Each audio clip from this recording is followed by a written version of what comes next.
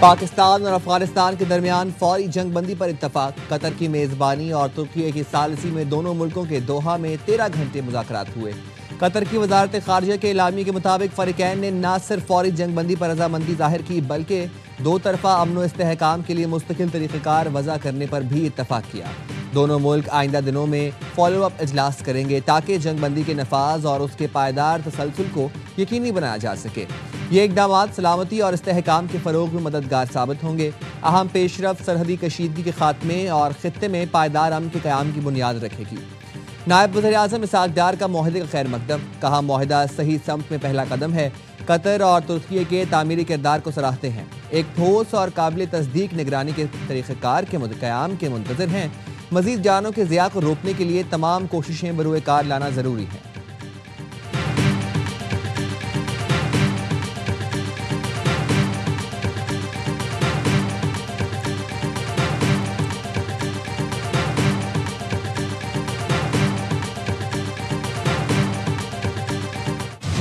मुआहदे के बाद अफगानिस्तान से पाकिस्तान में दहशत गर्दी का सिलसिला फौरी बंद होगा। वज़ीर दिफा ख्वाजा आसिफ कहते हैं, पाकिस्तान और अफगानिस्तान के दरमियान सीज़ फायर हो गया। दोनों हमसाया मुल्क एक दूसरे की सरजमीन का मुकम्मल एहतराम करेंगे। 25 अक्टूबर को इस्तांबुल में दोबारा वफूद की मुलाकात होगी। कतर और तुर्की के ताउन पर पाकिस्तान और अफगानिस्तान शुक्रगुजार हैं। तहरीक इंसाफ का पाक अफगान अमन मुआहदे का खैर मकदम। असद कैसर ने कहा, दहशत गर्दी के खात्मे और तिजारत के फ़रोग के लिए मुज़ाकरात ज़रूरी हैं। पाक अफगान तिजारत से तरक्की और खुशहाली के नए दरवाजे खुल सकते हैं।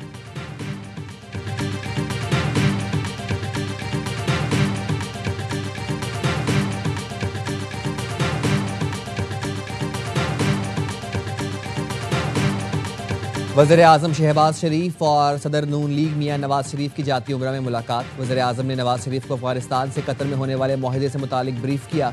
मुलाकात में मौजूदा मुल्की और सियासी सूरत हाल पर तबादला ख्याल किया गया।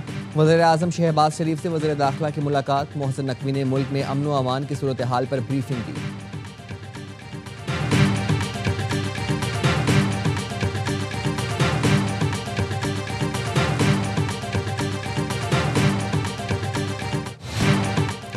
सदर आसिफ अली जरदारी की दरख्वास्त पर पीपल्स पार्टी ने वफाकी हुकूमत को 1 माह की मोहलत दे दी। पीपल्स पार्टी के सेंट्रल एग्जीक्यूटिव इजलास की अंदरूनी कहानी सामने आ गई। ज़राए के मुताबिक सीईसी इजलास में अरकान की जानिब से हुकूमत से इत्तेहाद के खात्मे का मुतालबा भी सामने आ गया। अरकान ने कहा, पीपल्स पार्टी की क़यादत चुटकी बजाकर वफाक में हुकूमत गिरा सकती है।